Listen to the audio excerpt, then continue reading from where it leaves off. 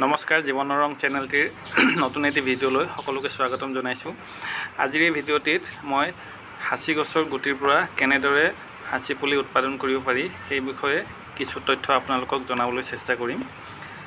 বৰ্তমান সময়ত June July সময়ত হাঁচি গছবিলাকত যথেষ্ট সংখ্যক হাঁচি গুটি লাগে। এই চব যথেষ্ট গুটি লাগি আছে, মই অলপ জুম কৰি দেখুৱাইছোঁ। যেতিয়া গুটিবোৰ পুৰঠ হয় তেতিয়া সেই গুটিসমূহ পচাই পেলাই তাৰ পৰা পুলি প্ৰস্তুত কৰিব পাৰি। এনেধৰণে লাগে চব গুটিবিলাক থোপা থোপে লাগে। এই তলতে লাগি থকা গুটি মই দেখুৱাইছোঁ আপোনালোকক। এনেদৰে গোটেই গছজোপাতেই চাচি গুটি লাগে।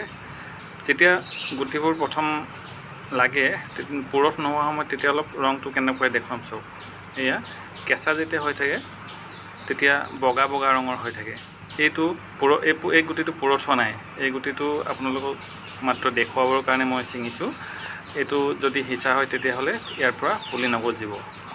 যেতিয়া গুটিবিলাক যেতিয়া বুঢ়া হোৱাৰ পিছত কি হয়, ফাটি পেলাই তলত সৰি পৰে। দুটা এটা গুটি যেতিয়া তলত ফাটি পেলাই সৰি পৰিব তেতিয়া আমি গম পাওঁ যে পুলিবিলাক পুৰঠ হৈছে। এই চাওক এনেদৰে ফাটি পেলাই নিজে নিজে সৰি যায়, তাৰ মাজৰ গুটিটো ওলাই যায়। যেতিয়া এনেদৰে কিছুমান গুটি ফাটি পেলাই তলত পৰিব তেতিয়া আমি জানিম যে গুটিবিলাক পুৰঠ হৈছে। সাধাৰণতে জুলাই মাহৰ শেষৰ ফালে হাঁচি গছৰ গুটিবিলাক পুৰঠ হয় আৰু সেই সময়ত গুটিবোৰ সংগ্ৰহ কৰি যদি পুলিৰ বাবে প্ৰস্তুত কৰা হয় তেনেহ'লে তাৰ পৰা ভাল পুলি উৎপাদন কৰিব পাৰি। এয়া চাওক এনেদৰে যেতিয়া বুঢ়া হোৱাৰ পিছত এই গুটিবিলাক ক'লা ক'লা হৈ যায়। ভিতৰৰ গুটিবোৰ মই এৰুৱাই পেলাই দেখুৱাইছোঁ চাওক আপোনালোকক। কিছুদিনৰ পিছত যেতিয়া পুৰঠ হ'ল এয়া চাওক, বাকলিবোৰ একাষৰীয়া কৰি মই গুটিবিলাক একাষৰীয়া কৰি দেখুৱাইছোঁ। এনেদৰে ক'লা ধুনীয়া গুটিবোৰ ওলাইছে আৰু এই প্ৰত্যেকটো গুটিৰ পৰাই যদি পচোৱা যায় একোটাকৈ হাঁচি পুলি ওলাব।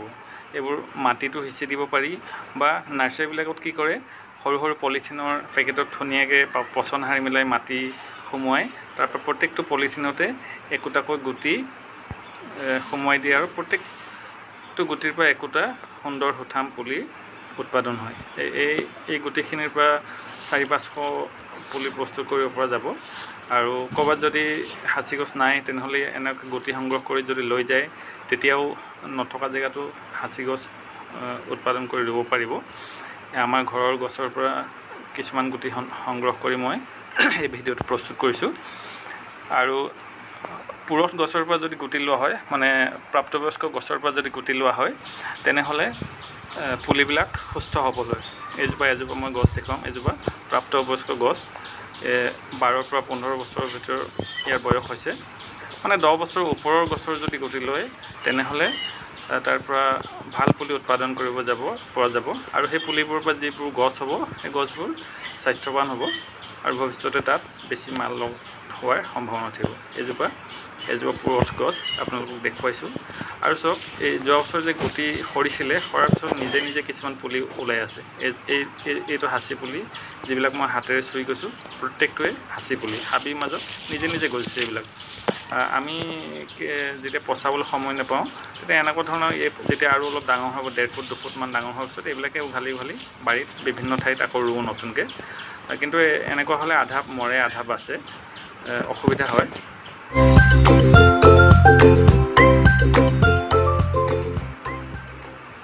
পলিথিনত বা মাটিত পচাই ল'লে বেছি সুবিধা হয়। গতিকে আজিৰ এই ভিডিঅ'টোত ইমানখিনি তথ্যই আপোনালোকক জনালোঁ। ভিডিঅ'টো চাই কেনেকুৱা পালে আশা কৰোঁ কমেণ্টত মোক জনাবলৈ নাপাহৰিব। ভিডিঅ'সমূহ লাইক কৰিব, শ্বেয়াৰ কৰিব আৰু মোক উৎসাহিত কৰিব বুলি অনুৰোধ জনালোঁ। ধন্যবাদ। জয় আই অসম।